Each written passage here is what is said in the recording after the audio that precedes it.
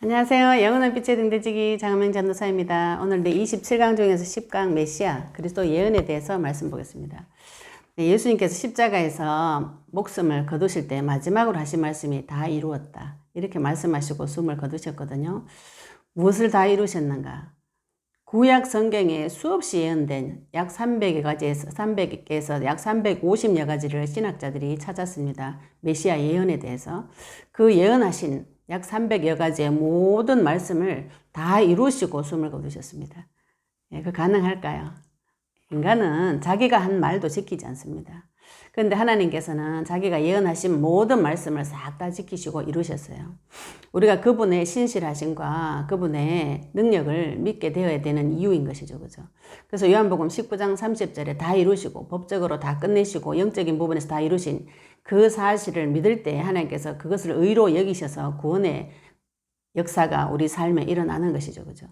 그래서 요한복음 19장 30절에 언약의 말씀을 붙잡고 깊이 기도를 해보시면 하나님이 굉장히 많은 눈을 열어주실 것입니다. 하나님을 알게 하시고 우리가 말씀 붙잡고 기도하는 것의 중요성에 대해서도 알게 되실 거예요. 오늘 말씀을 통해서 하나님께서 예언하시고 성취시킨 부분을 좀 눈으로 실제로 말씀을 들어서 확인을 해보도록 하겠습니다. 창세기 메시아에 대한 예언과 성취 제목입니다.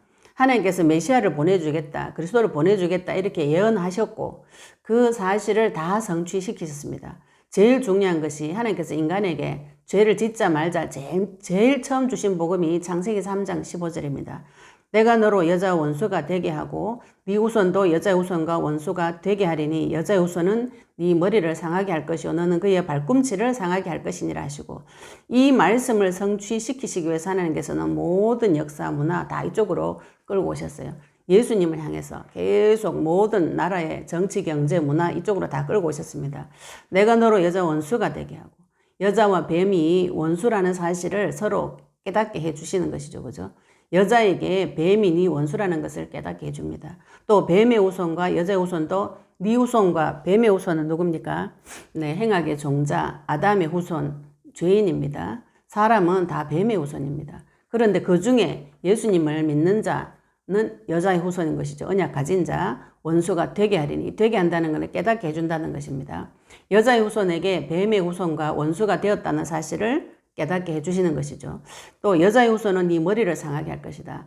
여기서 말하는 여자의 후손은 그리스도를 말합니다. 처녀의 몸에서 태어날 자. 여자는 원어로는 처녀입니다. 처녀의 후손은 네 머리를 상하게 할 것이다. 뱀의 머리를 박살낼 것이다. 성경에 그렇게 예언되어져 있습니다. 너는 그의 발꿈치를 상하게 할 것이다. 마귀도 가만히 있지 않아요. 사단도 눈에 보이던 하나님을 눈 앞에서 대적하다가 하늘나라에 쫓겨났기 때문에 이 땅에 떨어져서 사람 안에 들어있는 하나님 형상을 대적하는 것입니다. 그래서 하나님 대신 예수님이 이 땅에 오셨는데도 대듭니다. 그래서 대들어서 예수님을 죽이려고 대들다가 그래서 예수님이 3일 동안 죽어 있는 것을 말씀하시는 것이죠. 이 말씀을 하나님께서 계속 그 이후부터 이 그리스도에 대한 말씀을 점점점 구체적으로 주시고 그 말씀이 완성되어지게 하신 분이 예수님이세요. 그리스도에 대한 예언을 계속 구약 시대 때 계속 주셨습니다. 그 그리스도가 누구냐 하면 이름이 예수님이다. 이 말이죠. 신약에 보면. 그래서 우리가 구약 신약이 완벽한 예언 성취서가 되어서 우리에게 답으로 주어진 것입니다. 성경 보시면은 그 눈이 열리실 거예요. 이런 눈으로 보시면. 이 말씀이 갈라디아서 4장 4절 5절에 성취되어진 사실 기록이 되어져 있고 또 마태복음 1장 23절에도 처녀가 잉태 아들을 낳는다는 그 말씀이 되어진 것이 기록이 되어져 있습니다.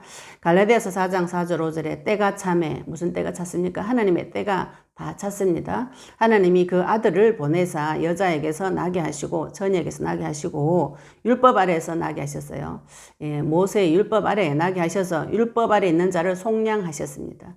죄의 값을 치르시고 우리로 아들의 명분을 얻게 하셨어요.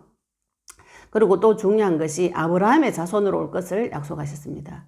창세기 12장 3절에 너를 축복하는 자에게 내가 복을 내리고 너를 저주하는 자에게 내가 저주하리니 땅의 모든 족속이 너로 말미암아 복을 얻을 것이라. 이 말씀을 하나님께서 아브라함을 불러서 제일 처음에 주신 약속입니다. 그런데 마태복음 1장 1절의 시작이 아브라함과 다윗의 자손 예수 그리스도의 계보라 이렇게 되어 있어요. 마태복음이 연대기로서는 처음 쓰여진 책이 아닙니다. 그런데 성경을 배치할 때 하나님께서 의도적으로 제일 앞부분에 마태복음을 갖다 넣은 것이죠. 그죠? 왜 그러신가요? 마태복음 시작이, 신약 성경의 시작이 구약 성경의 말씀의 성취라는 것을 바로 대놓고 시작한 것입니다. 아브라함이 후손으로 올 것이라는 그 약속의 말씀이 성취된 것을 기록해놨고요. 베들레헴에서 탄생할 것을 예언하시고 기록하셨습니다. 우리가 지금도 예수님의 이름을 나사렛 예수 그리스도 이름을 이렇게 부르거든요. 그런데 성경에는 분명히 베들레헴에서 태어나실 것을 미가서 5장 2절에 예언이 되어져 있습니다. 베들레헴 에브라다야 너는 유다 족속 중에 작을지라도 이스라엘을 다스릴 자 그리스도죠. 네게서 내게로 나올 것이라 이렇게 말씀하셨습니다. 그래서 마태복음 2장 1절에 헤로드 왕 때 예수께서 유대 베들레헴에서 나심의 동방으로부터 박사들이 예루살렘에 이르러 말하듯 이 부분을 기록해 놓은 것이죠. 그죠? 예, 이런 기록이 없다면 예수님 나사렛에서 태어났는데 왜 베들레헴이라고 그러냐 이런 말이 나오겠죠. 그죠? 그러나 하나님께서 구약 성경에 예언하시고 신약 성경에 성취되었다는 걸 또 기록으로 남기셨어요. 그 다음에 동정녀 탄생에 대해서 또 구체적으로 예언해 놓은 부분이 이사야서 7장 14절입니다. 그러므로 주께서 친히 징조를 너에게 주실 것이라. 보라 처녀가 잉타의 아들을 낳을 것이요 그 이름은 임마누엘이라 하리라. 처녀가 잉타의 아들을 낳을 때 그게 징조라고 그러셨어요. 하나님께서는 사람들에게 징조를 주십니다. 우리가 이 주변에 내한테 일어나는 문제 사건을 보고 그 징조를 읽으실 줄 알아야 됩니다. 하나님 주시는 메시지를 받으실 줄 알아야 되는 것이죠. 처녀가 잉태 아들을 낳을 것이요 그때 그의 이름을 임마누엘이라. 임마누엘은 하나님이 나와 함께 하신다는 뜻입니다. 하나님과 사람과 함께 하는 길은 처녀의 몸에서 아들을 낳는 그런 일이 벌어질 때 그 징조로 이런 일들이 벌어진다고 하나님께서 예언을 해 놓으신 것이죠. 그죠? 창세기 3장 15절 여자의 후손도 처녀의 후손이고요. 여기도 처녀가 잉태 아들을 낳을 것이다. 이렇게 예언해 놨습니다. 그래서 누가복음 1장 27절, 누가복음 1장 31절에 처녀 마리아 몸에서 임신된 사실을 또 세밀하게 기록해 놨죠. 그죠? 이 말씀의 성취를 기록해 놓은 것입니다. 헤로드 왕의 유아 학살 사건도 기록이 되어져 있습니다. 예레미야서 31장 15절에 여호와께서 이와 같이 말씀하시니라. 라마에 슬퍼하며 통곡하는 소리가 들리니 라헬이 그 자식 때문에 애곡하는 것이라. 그가 자식이 없어져서 위로받기를 거절하는도다. 예, 이 말씀이 마태복음 2장 16절에 성취가 되어졌습니다. 이에 헤롯이 박사들에게 속은 줄 알고 심히 노하여 사람을 보내어 베들레헴과 그 모든 지경 안에 있는 산의 아이를 박사들에게 자세히 알아본 그 때를 기준하여 2살부터 그 아래로 다 죽이니. 모세도 태어날 때 그 또래 유아들이 다 죽었어요. 예, 마귀가 그 메시아 오는 것을 굉장히 싫어하는 것이죠. 그죠? 그래서 모세 때도 다 죽였는데 예수님 오실 때도 그 지경에 그 또래에 있던 유아들을 다 죽였습니다. 이게 마귀가 메시아 오는 것을 얼마나 싫어하고 잡아 죽이고 싶어 하는지 그런 사실을 기록해 놓은 것이죠. 그죠? 예, 지금도 마귀는 동일합니다. 내 안에 그리스도가 깨달아지는 것을 굉장히 싫어합니다. 잡아 죽이고 싶어 하죠. 그죠? 또 비유로 가르치십니다. 시편 78편 2절 내가 입을 열어 비유로 말하며 예로부터 감추어졌던 것을 드러내려 한다. 마태복음 13장 34절에 예수께서 이 모든 것을 무리에게 비유로 말씀하시고 비유가 아니면 아무것도 말씀하지 아니하셨다 하셨어요. 예수님께서 무리에게는 메시지를 이렇게 쭉 하시고 비유로 말씀하시고 나중에 제자들은 불러서 따로 이 비유를 풀어주셨습니다. 그럼 지금 나 예수님 없을 때 어떻게 하는가? 예. 지금도 우리가 말씀을 들을 때 동일하게 다 같이 들립니다. 다 같이 들리는데 하나님 성령께서 내 안에 말씀 언약 가진 자는 언약적으로 그 말씀을 풀어주십니다. 그 응답을 받으셔야 돼요. 또 승리의 입성에 대해서도 예언이 되어졌습니다. 스가랴서 9장 9절에 시온에 따라 크게 기뻐할지어다 예루살렘에 따라 즐거이 부를지어다 보라 네 왕이 네게 임하시나니 그는 공의로우시며 구원을 베푸시며 겸손하여서 나귀를 타시나니 나귀의 작은 것 곧 나귀 새끼니라. 나귀를 타고 예루살렘 입성한다는 것을 예언해 놓으셨고 마태복음 21장 7절 9절에 나귀와 나귀 새끼를 끌고 와가지고 예수님을 모시고 예루살렘 입성할 때 호산나 다윗의 자손이여 찬송하리로다 주의 이름으로 오시는 자여 하고 사람들이 막 호산나 찬송하고 예수님을 반겼습니다. 또 친구에 의해서 배반당할 것을 예언하시고 성취시키셨습니다. 시편 41편 9절에 나의 친구도 내 떡을 나누어 먹던 나의 가까운 친구도 나를 대적하여 그의 발꿈치를 들었다 이렇게 말씀하셨는데 누가복음 22장 47절 48절에도 유다가 예수님을 같이 판 거 기록되어져 있고요. 은 30에 팔릴 것도 예언되어져 있고 기록이 되어져 있습니다. 스가랴서 11장 12절에 은 30개를 달아서 내 품삯을 삼은지라 이렇게 예언이 되어져 있고 마태복음 26장 15절에 은 30을 달아주었습니다. 그 당시에 노예 값이 은 30이라 그러네요. 그죠? 또 능욕 당하신 것도 세밀하게 기록이 되어져 있습니다. 이사야서 50장 6절에 나를 때리는 자들에게 내 등을 맡기며 나의 수염을 뽑는 자들에게 나의 뺨을 맡기며 모욕과 침뱉음을 당하여도 내 얼굴을 가리지 아니하였느니라. 예수님께서 고난 당하실 것을 예언해 놓으셨고 마태복음 26장 67절에 예수 얼굴에 침뱉으며 주먹으로 치고 어떤 사람은 손바닥으로 때리고 이 고난 당한 장면을 또 세밀하게 기록해 놓았습니다. 죄인들과 함께 못 박히실 것을 이사야서 53편 12절에 예언해 놓으셨습니다. 그가 많은 사람의 죄를 담당하여 범죄자를 위하여 기도하였느니라. 또 12절 중간 좀 보시면요. 그가 자기 영혼을 버려 사망 이르게 하며 범죄자 중 하나로 헤아림을 받았다. 예수님을 범죄자 중에 넣어서 같이 헤아림을 받은 것 다 기록이 되어져 있죠. 마가복음 15장 27절에 강도 둘을 예수와 함께 십자가에 못 박으니 하나는 그의 우편 하나는 좌편에 진짜 죄인들과 죄 없는 분이 같이 헤아림을 받은 사실을 기록해 놓으셨고요. 쓸개를 탄 포도주를 마시는 사실도 시편 69편 21절에 그들이 쓸개로 나의 음식물로 주며 목마를 때는 초를 마시게 하였사오니 이 말씀을 예언해놓고 마태복음 27장 34절에 쓸개 탄 포도주를 예수께 주어 마시게 하였더니 이 말씀도 기록이 예언이 되어졌고 성취가 되어졌습니다. 옷을 제비 뽑은 사건도 시편 22편 17절 18절에 기록이 되어져 있습니다. 내 겉옷을 나누며 속옷을 제비 뽑나이다. 누가복음 23장 34절에 로마 군사들이 예수님 옷을 제비 뽑는 장면이 기록되어져 있고요. 뼈가 꺾이지 않은 사실도 예언되어졌고 기록이 되어졌습니다. 시편 34편 20절에 그의 모든 뼈를 보호하시며 그 중에서 하나도 꺾이지 아니하도다. 이 전 세계에서 제일 잔인한 형벌이 십자가 형벌이라고 해요. 왜냐하면 살아있는 사람을 달아가지고 손발을 달아가지고 그 나무 위에서 서서히 죽이는 형벌입니다. 그래서 이 십자가에 달려서 숨을 모셔서 축 처져가지고 숨을 모셔서 죽는다고 합니다. 그래서 올라가서 이렇게 다리로 이렇게 딛고 올라서서 숨을 쉬고 툭 떨어지는데 올라가지 못하도록 다리뼈를 다 꺾습니다. 꺾어서 숨을 모셔서 빨리 죽으라고. 그죠? 가장 고통스러운 형벌인데 예수님께서는 뼈가 꺾이지 않았다고 예언되어졌고 성취가 되어졌습니다. 요한복음 19장 30절, 32절, 33절에 보시면 군인들이 가서 예수와 함께 못 박힌 첫째 사람과 또 그 다른 사람의 다리를 꺾고 양편에 있는 사람은 다리를 꺾었어요. 안 죽은 것이죠. 그죠? 예수께 이르러서는 이미 죽으신 것을 보고 다리를 꺾지 아니하고 배를 창으로 찔러가지고 피를 다 쏟으시게 하신 것이죠. 이것도 예언되어졌고 성취가 되어졌습니다. 부자의 묘에 장사되는 것도 예언되어졌고 이사야서 53장 9절에 그가 죽은 후에 부자와 함께 있었도다 예언되어졌고요. 마태복음 27장 57절 60절에 아리마대 부자 요셉이라는 사람의 묘에 장사된 것이 기록되어져 있습니다. 그리고 예수님의 사역 중에서 가장 중요한 부활하신 사건에 대해서 시편 16편 10절, 시편 49편 15절에 기록이 되어져 있습니다. 시편 16편 10절에 이는 주께서 내 영혼을 소울은 지옥을 말합니다. 소울에 버리지 아니하시며 주의 거룩한 자를 멸망시키지 않으실 것임이니이다. 예언되어져 있죠. 그죠? 내 영혼을 지옥에 버리지 않고 거룩한 자를 멸망시키지 않는다고 예언이 되어져 있습니다. 시편 49편 15절에도 그러나 하나님은 나를 영접하시리니 이러므로 내 영혼을 소울의 권세에서 건져내시리로다. 사망의 권세에서 건져내신다는 말씀이죠.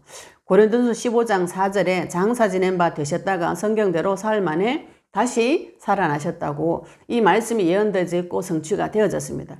승천하시는 사실도 예언되어졌고 기록이 되어져 있습니다. 시편 68편 18절에 주께서 높은 곳에 오르시며 이 말씀 기록되어져 있는데 마가복음 16장 19절에 말씀을 마치신 후에 하늘로 올리신 거 기록되어져 있습니다. 예언하시고 기록이 되어지죠. 예, 인간은 자기가 했는 말 지키지 못하지만 하나님은 하신 말씀 다 지키십니다. 우리가 말씀 붙잡고 해야 될 이유가 거기에 있고요. 그리고 가장 중요한 것이 무엇인가? 이 세상에 어떤 종교도 흉내낼 수 없는 것이 한 3가지 정도 있습니다. 인간은 자기가 사는 것이 괴롭기 때문에 무언가 다른 종교를 다 찾아서 헤매게 되어 있습니다. 자기에게 기쁨을 주는 것을 찾아서 헤매게 되어 있어요.